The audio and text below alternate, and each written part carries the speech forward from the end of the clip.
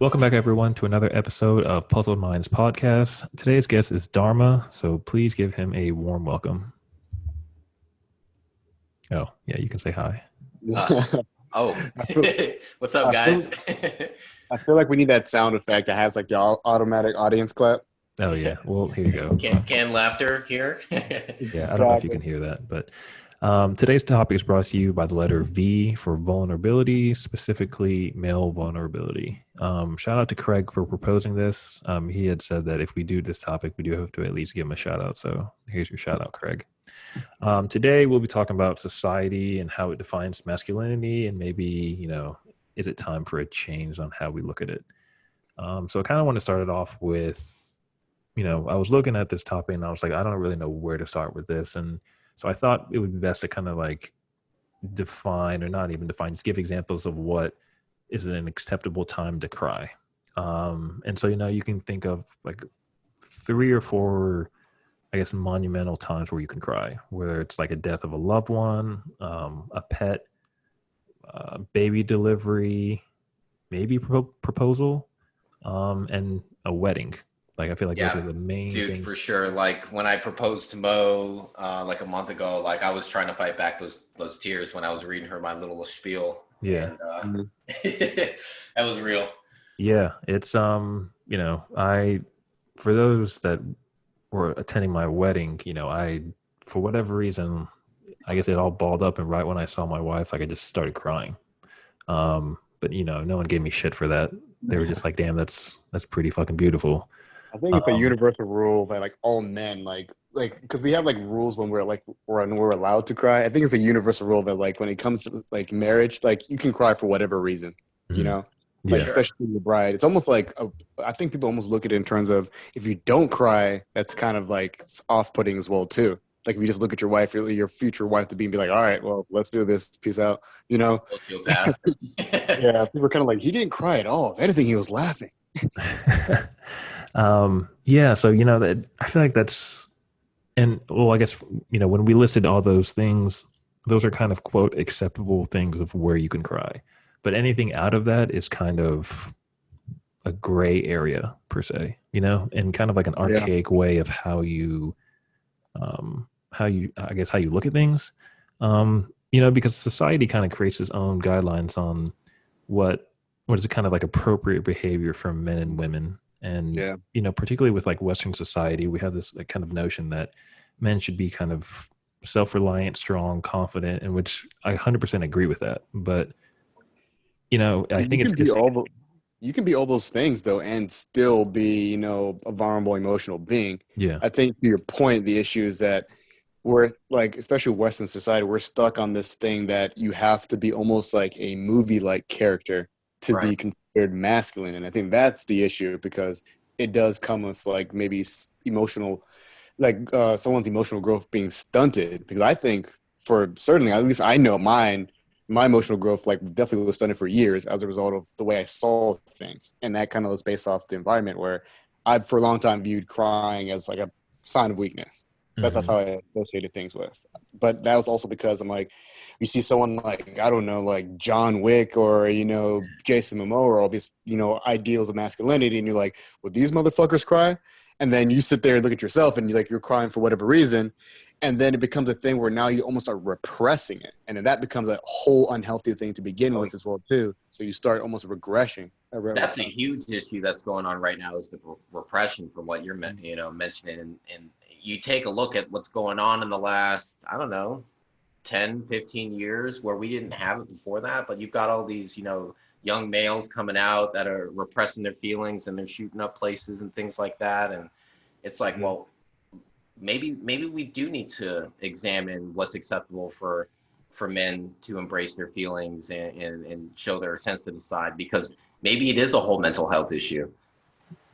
Yeah. So, that's, I was actually going to bring that up a little bit about an example, I guess, with PTSD, but going back a little bit about how, society kind of pressures the societal pressures of being a man. I guess depending on who you talk to, they kind of decide if you should have been softer, calmer, or anything like that. It's kind of up to whoever you talk to. for instance, like if I talk to Diwa, he might have a different definition of what is, I guess, acceptable versus, if I talk to Dharma, he might have a different definition. It's kind of up in the air of what is acceptable, if that makes sense. Oh, for sure. Sure, let's throw it out there. What is acceptable? Well, See, that's the tricky part, man. yeah. That's the thing, because like you said, it's different. Like I would say, like just me personally, I would say I've changed drastically over the years, because I grew up as a person who's always been emotional. Like I've always been an emotional being, whether you want to call it because of my zodiac. I am a Pisces, which is ironic because we're associated with being very emotive people, sometimes with a negative connotation to it. But Yeah. I've always been an emotional person, and growing up, my emotions were always like aggression. Like I was always in like fights as a kid, and I always thought like the way to exude masculinity was always through shows of force. So it's always, I guess, violence, as bad as that sounds. But as I got older and I kind of like, even got into relationships and things like that, I found myself, when I was open to people, some of these more aggressive and negative emotions drastically decreased. So I kind of came to realize myself that a lot of these things were fueled by extreme repression because of my very, immature view of, emotions.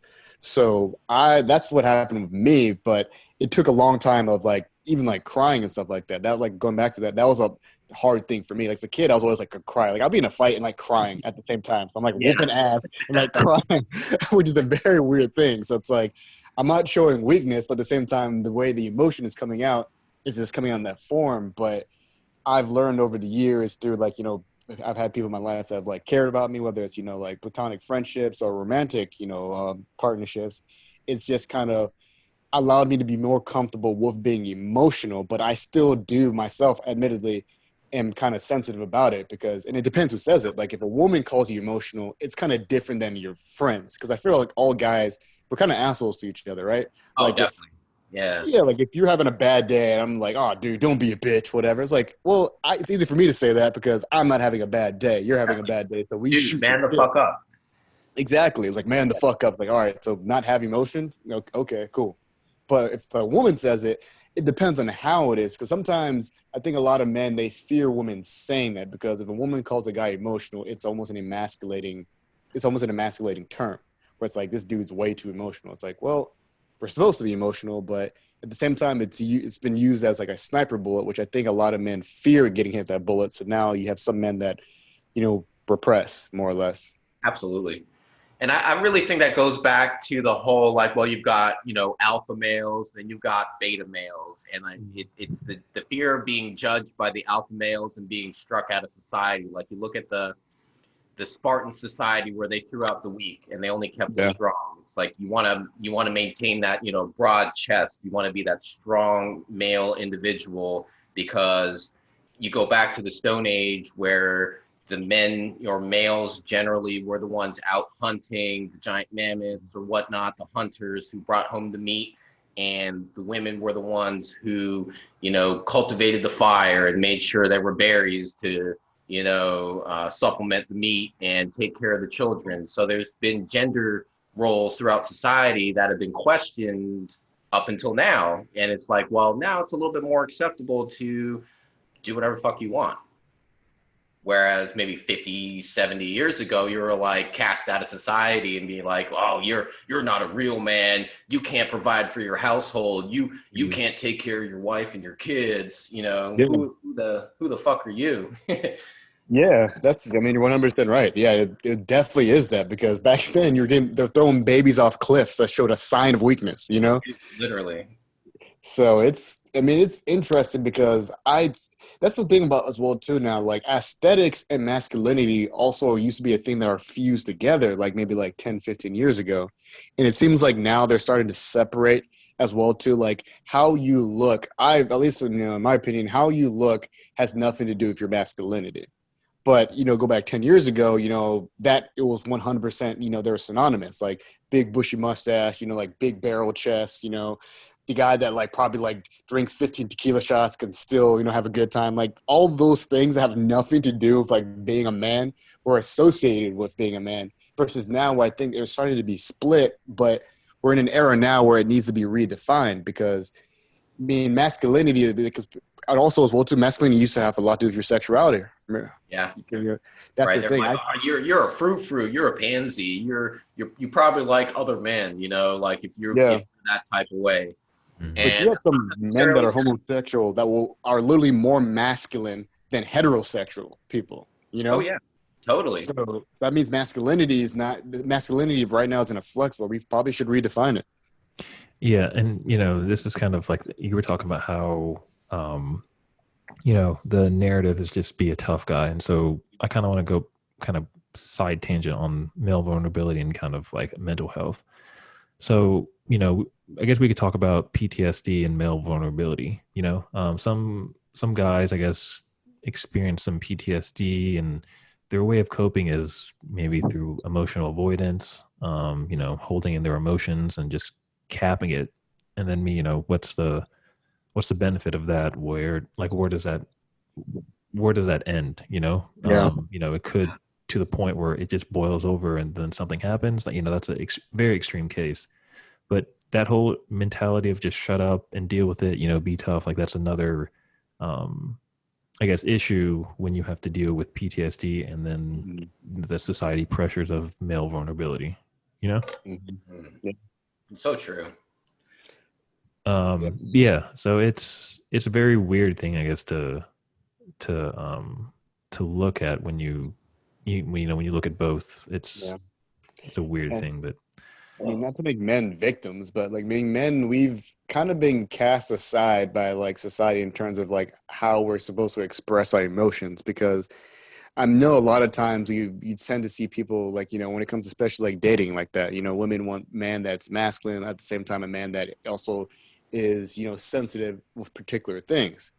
It's kind of difficult to be a combination of both. If you're a person that is like this ideal hyper masculine person, people, at least from my experience, what I've seen, I mean, most dudes tend to suffer in the emotional department. Like, I don't think John Wick is a guy that's going to go to a therapist or a guy that's bringing roses to the love of his life. Like, he may love the hell of that woman, but that man, drips masculinity. And I don't think that maybe his emotional like maturity is up there versus maybe you have somebody else that I don't know. Maybe I can't think of someone who's like considered like even someone like I don't know if you know the guy Ezra Miller. Like he's the guy to play the Flash and the I think it was like the Justice League movie, and he's been in a lot of other movies. he was in the But Harry Potter one too, whichever. yeah, Harry Potter. Yeah, but Ezra Miller is a guy that I think sorry I keep using actors and actresses. This is the best way to kind of like you do incorporate media a lot. I do, yeah, because it's the easiest way to kind of like give like a default, like here's an example of what I'm trying to say, right? Yeah. But with Ezra Miller, like for example, he's a guy that like is a very emotive guy. I've read a lot of articles. He talks about how he's trying to redefine, what masculinity is. Like this dude has like, if you look at him, man, he's a really good looking dude. Jawline, 5 o'clock shadow, all these stereotypical traits of a masculine guy. But at the same time, he's a guy that will wear a dress. At the same time, he's a guy that like may wear lipstick and all things like that. So is there an argument to say that he's not masculine or he's just in a different spectrum of masculinity? And I think that like you're so masculine and confident with yourself that you can wear that dress, you can wear that lipstick and still be like, yeah, I'm a straight heterosexual man at the end of the day. I can do that no matter what. Yeah. He doesn't give a fuck. I think he identifies as queer, but the point is that like the thing is masculinity is something that comes in a spectrum, and I think society kind of forces men to only be on one side of it, like the stereotypical barbarian, badass dude. And I mean, if you're something outside of that, you might have a hard time, especially if you look like a person that should be like the hardcore, badass type, but maybe you're a really sensitive person. Sure. And I think that goes right back to your example of Jason Momoa earlier in the cast here, where he's just this chiseled, hard exterior, buff, giant male individual, but he holds the door open for his wife, and he redid her entire Mustang for her, and like totally did this whole thing for her, and like only like truly cares about his wife, and like will probably more than likely express his emotions within his household with her no matter what the case is. And it's like, well, why can't everybody else be like that, Mm-hmm. Yeah. There's a good question I was going to bring up. So, does the environment kind of shape how you talk to someone? For instance, if a male versus a male talking about emotional stuff like that, it's maybe because it's a little bit more relatable that it's easier to talk to versus a man talking to a woman. For instance, like when I was going through some stuff before I met my wife, I used to call Tadiwa and I would just talk to him about all my other stuff, like whatever was going on. And I was like, look, like, I don't know, it just felt more comfortable talking to him than another female. And I'm not sure why like it was at the time, but Well, I don't know every if man's like got his confidants. Doesn't matter if it's another woman or a man. You got somebody that you trust and is able to listen to you and give valid feedback. It doesn't matter if they're male or female. yeah. I just didn't know if like men or some men find it more easier to talk to men about their, whatever emotions that they're going through versus talk to a woman. Mhm. But It's kind of becoming a thing like that now, where I think more men are being more receptive to hitting up other friends about like emotional things. Like if you go through, like I went through a breakup, like that shit sucks. Like I, talked to my friends and all that stuff about it because I've tried the opposite before, where I tried, like I call it scorched earth, where essentially you just stop talking to the person, you don't, you delete them off social media, all their friends. Zero dark 30. Exactly. Zero dark motherfucking 30, bro. It's like you don't hear from me for like 2 years. Next time I show up, I'm looking like Thor at the end of the end game, big belly, beard, like, what's up, guys? You know? But as I've gotten older, I've kind of evolved out of that. And this is in this particular situation, this was the first time where it hasn't worked for me. Or trust me, I tried it. I was like, you know what? I'm gonna literally try to repress these emotions. Like forget like the last, 2 years never happened. It didn't work for me. I found myself as like being uneasy every day, having a hard time sleeping and things like that. So for me, I was like, hey, I got to reach out to friends. And as much as it still may suck, it doesn't change the situation. It definitely helps. You just mhm. feel like, man, somebody is just listening. Somebody, understands what you're going through. And I found in most of my experience that like whenever I've reached out to a friend, I've always heard something from that friend that's made me feel better about the circumstance. So I think it's something that I would promote more other guys to do. It's like at the end of the day, what are friends for? And like, friends aren't only there for the highlights. That's social media. You just post all the best parts of your life. Your actual friends are there for the highs and the lows. And I think some of us men have been like programmed to only express the highs because showing the lows in terms of vulnerability and emotions to each other is quote unquote weakness when actually it makes you better because Stronger. yeah, makes you Absolutely. stronger. And I'm sorry, John, go ahead. Oh no, I'm not. I'm just listening. I was going to say it totally ties back. I just recently started reading this book and it's been on my to read list for a while. It's called Emotional Intelligence 2.0 and it's Mhm. written by Travis Bradbury and Gene Greaves. But the general premise is that if you're not experienced with feeling certain types of emotions, then you don't know how to process those kinds of emotions. And it might come out in some strange shape or form if you do let it out, if you don't repress that. But I think that it goes back to the idea that a man is an island. And it's like, well, the man is solitary in that he has his feelings and he keeps them to himself. And that's not necessarily healthy. It's not a good thing. Yeah. And being able to have those confidants or those friends that you can trust in, that you can have those conversations with, and you can feel like, well, actually, you know what? It's not just me who feels like this. There's other men or people who feel like this too. And it's not, taboo to feel like this. Well, maybe it's okay for me to let it out. Yeah. Yeah. So you had mentioned that whenever you go through things, it's like your first time doing it. So I was actually talking to Dave a little bit, very briefly before this. So shout out to Dave. But he had mentioned that how whenever you go through something, it's your first time dealing with it, so you gotta get critiqued on how you handle it. But if True. it's your first time experiencing it and you don't know how to deal with it, that's why are you being judged for that, you know? And he had he had brought up a good point, and he had said that um like a lot of stuff that you only share with your wife or your significant other, whoever it is, and it's kind of unfair to put that on just one person, Yeah, you that's true.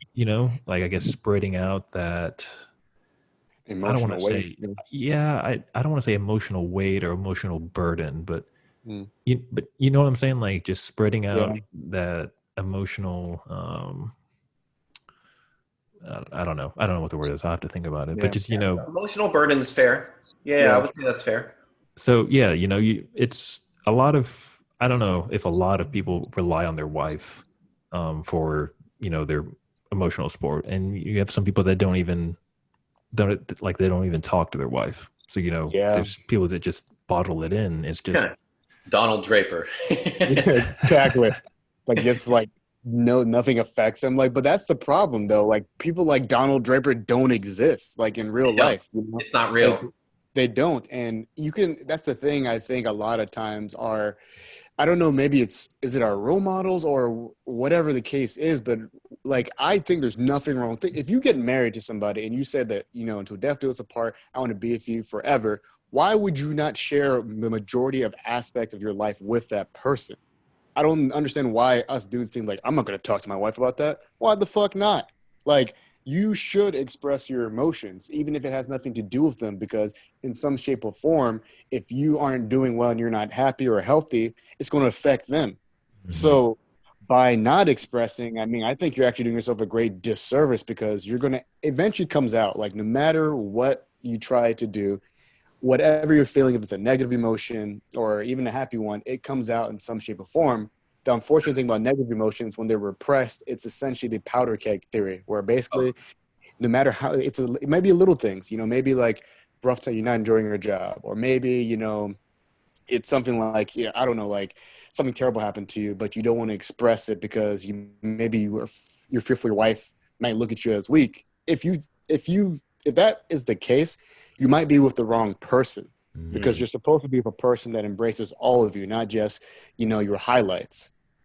So I it, think that a lot of us dudes have to get out of that mindset of thinking that like if we show vulnerability, it's going to be weakness. It's going to push people away. If anything, I think that it might encourage more people to be open and in turn have a better effect as a whole.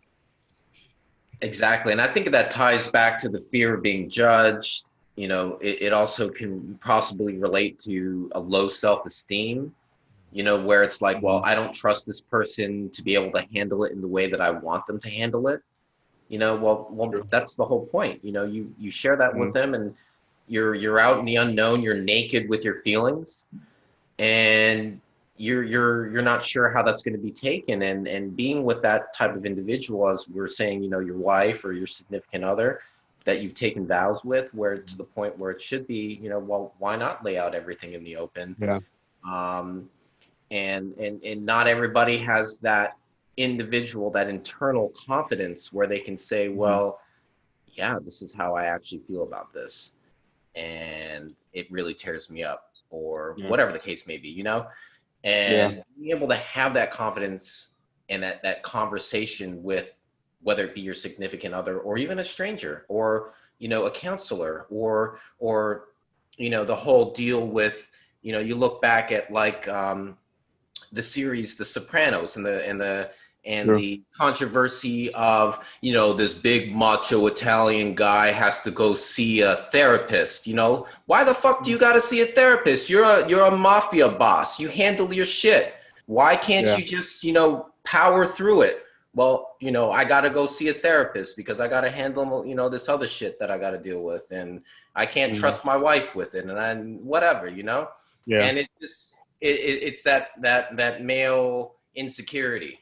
That's what it comes down to. It's not knowing whether you can trust that other person to judge you, or to look on you as if you're pathetic or weak or less than, or inferior. And it's just that male alpha dominance that comes out. And it's like, well, I don't want to be looked at like that. So do you think the word maybe you think our definitions of alpha and beta might be part of the problem also as well too? Because from from I guess from my definition of alpha has always been those traits that you talked about, like with the Sopranos guy, where it's On top. basically yeah, you're a top, show zero weakness, no emotion. Even if you get hurt, don't show it. You're not allowed to, all these things where it's like, damn, dude, it's like basically a rule book on how to be a sociopath, you know? Sure. Even, even Yeah. characters like even characters like I mean I go back to John Wick is one of my favorite OGs or Donovan, those guys. Those Yeah. people, even when they express, even when emotion is expressed, like something that like crazy, a tragedy happens to them. Have you noticed it's always when it comes from a quote unquote alpha perspective, it's always now they got to go beat the shit out of somebody. Like my girlfriend slept with some other dude, go fuck that guy up. Someone killed An adrenaline family, rush. rampage, you know, or you know, James like 007, like the epitome of probably a lot of toxic traits. Like James Bond is a fucking womanizer, alcoholic, probably mentally unstable, and is definitely a sociopath. But There's a clip right there. Absolutely. but the traits that we've associated those traits of that's alpha, because when I think of James Bond, I immediately put all the negative things out of my head. I'm like, the dude's badass. I would love to be James Bond. When you think about it, you're like, ah, shit, no, probably not. You probably wouldn't want to be that person. But what feels good sometimes, yeah, it's one of those things where I don't know. I think maybe we might have to almost redefine what alpha and beta is, because there is definitely beta. I mean, I think we need to talk about that also as well too. Where beta basically essentially is, I mean, there's no other way to say it, being a bitch. That is something as well too. It's a sub versus a dom. Exactly, like where I mean, I've always defined it like I always looked at like, you know, if beta are people that when they're knocked down, they stay down. Like the slightest thing can knock them over. It's like, you know, there's that quote that says, you know, does it fall down, you know, fall down 7, stand up 8. I can't take it. I'm gonna lay on the ground and I'm gonna just wait till it's over. Exactly. The fuck it, you know, oh God, you know. Yeah. Don't hurt me. Exactly, man. So it's like, there's something wrong with that. That's the issue, and that's where that male alpha dominance trait comes from. Where it's one or the other. It's I'd rather be an alpha than a beta. So this is how alphas are, and that's how I need to be. I need to be that shield, that stoic male who never falters, never loses his composure under pressure. Has the utmost confidence, knows what to do next, is that fearless wartime leader, and everybody trusts to go to solve the issue, to solve the problem, to be that guy. Whereas the alternative is to be that beta, where you're the follower, you're the sheep, you're the lay down, you know, so to speak. And it's we don't have to be defined to one or the other, you know. Sure, if you want to be an alpha, be an alpha. If you want to be a beta, be a beta. Okay, but why does it have to be defined to one or the other? Yeah, it's like, what if you miss being an alpha by like 1 point? You're like, fuck, are you a beta now? You know, is there no middle ground? Is there nothing else that you can possibly be? Or is it only, like you just said, one or the other? And I think that's the problem, because and not everyone can be a fucking alpha, dude. You mean like every fucking dude is an alpha, like 90% of the male population on Earth? We're all alphas. Blown each other up long ago. Exactly. We would not be So let me ask this then. Do you guys feel comfortable talking about your emotions? And I'll go first, and I'll say it took me a while to be able to express that. When I was like in my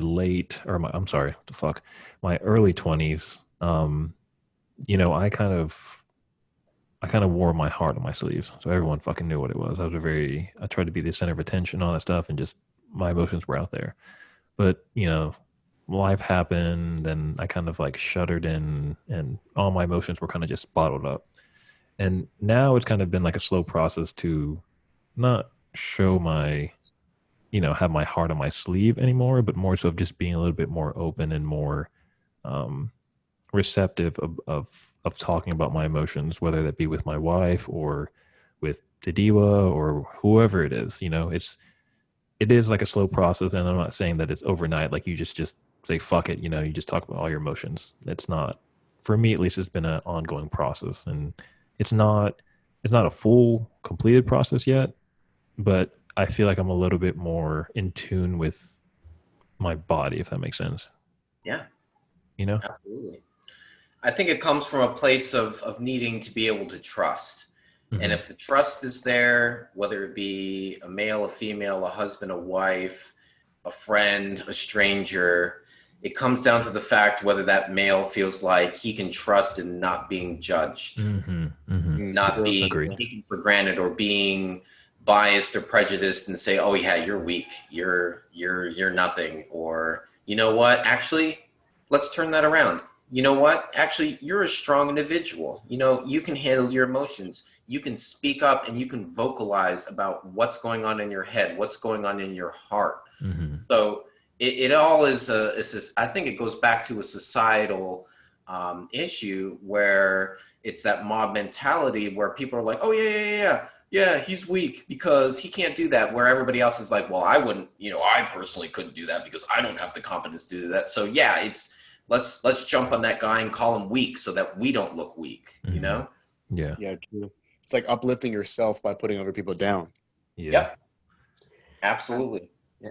I mean, to John's point, I mean, in terms of emotions, I think I want to say that I have learned how to, I guess, control my emotions because I've always been an emotional individual. And I think that during the different courses of my life, when I was in my later 20s, like early 20s, I would say that I knew how to control certain emotions like anger and jovialness and elation, all that stuff. Like I was always pretty good about it, but I always had a hard time with some of the negative ones in terms of like I guess like sadness or sorrow and like depression. Like they always came out in extremes because I never had practice with them, and then with myself, and then practice almost like being comfortable expressing that with somebody else.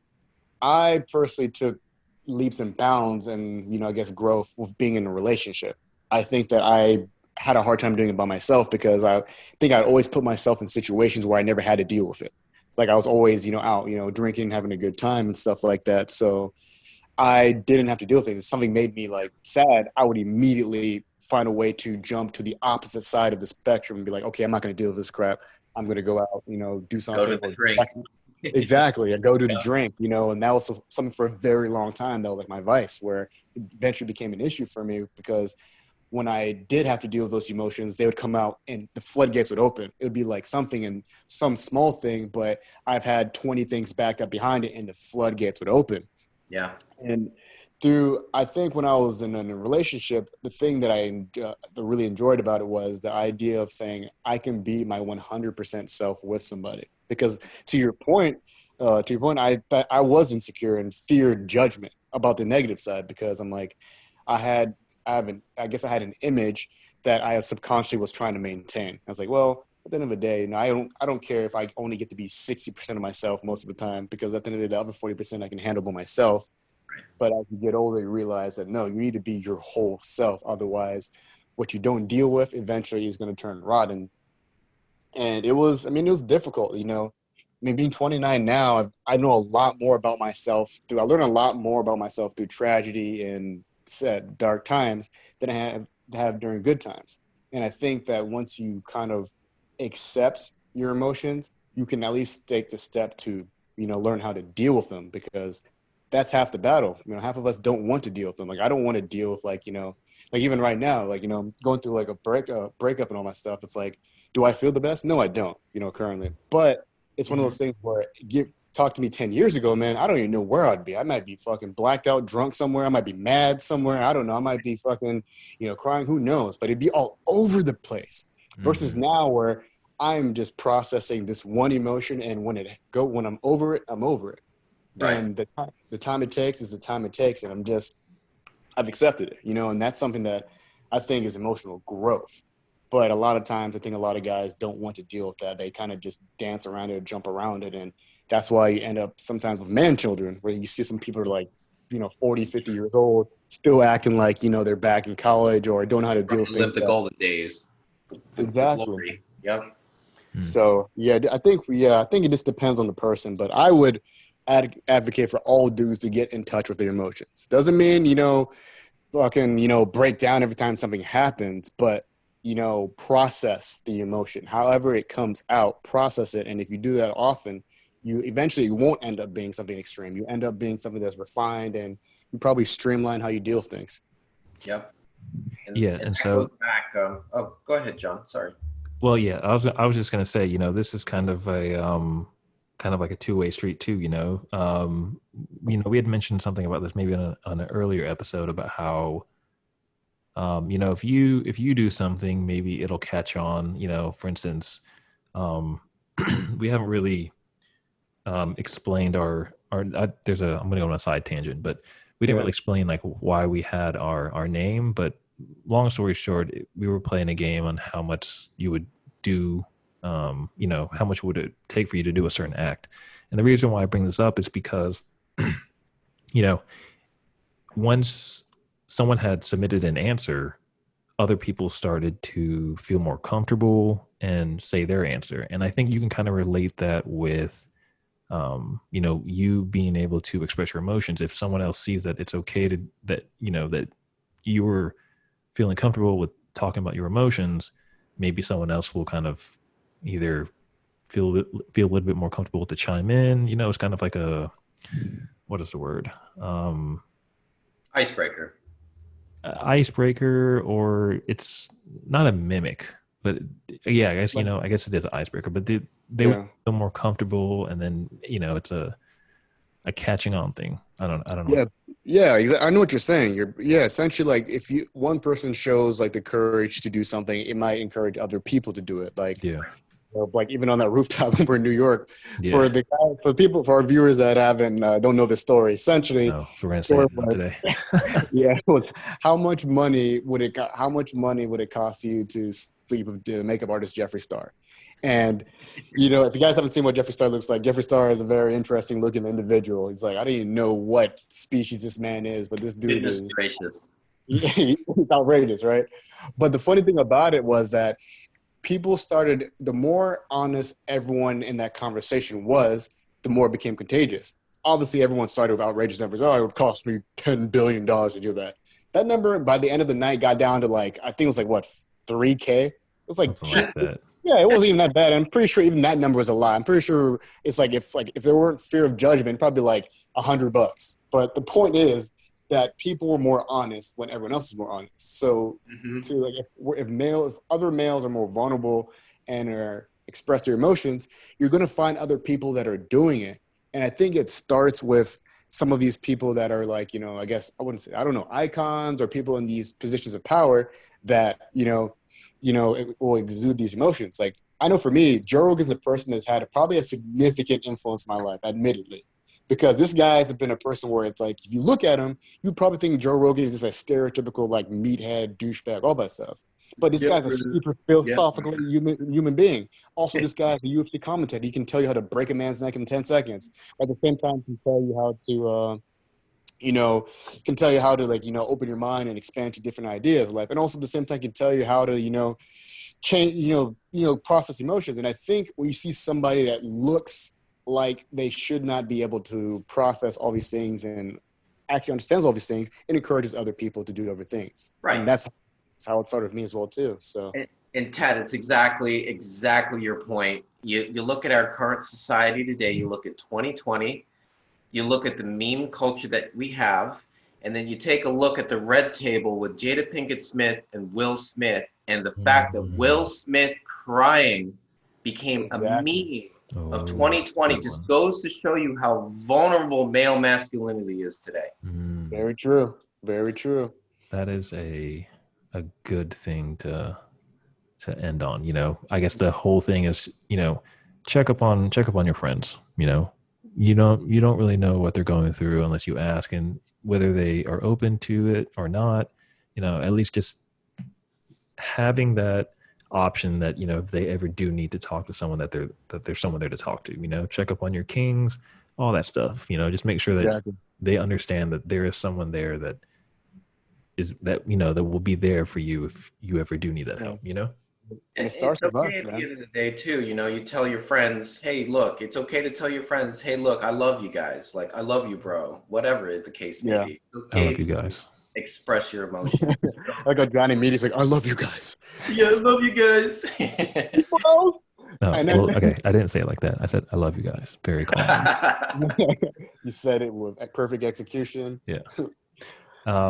No, yeah, like I said, yeah, I think that's kind of like the overall theme of what we wanted to kind of talk about. It's okay to talk about your emotions, and there is a what is the word I want to use? shit. I don't know what it was. Anyway, if you like this episode, smash that like button, smash that follow button wherever the fuck you listen to us. Follow us on our social media platforms: Instagram, Puzzled Minds Podcast, Twitter is Puzzled Minds Pod, and our email is puzzledmindspodcast@gmail.com, where we do encourage anyone and everyone to shoot us an email with a topic that you would like us to discuss. Last but not least, thank you, Official Block of the Week, for the Instagram weekly episode cover arts. Other than that, everyone stay puzzled.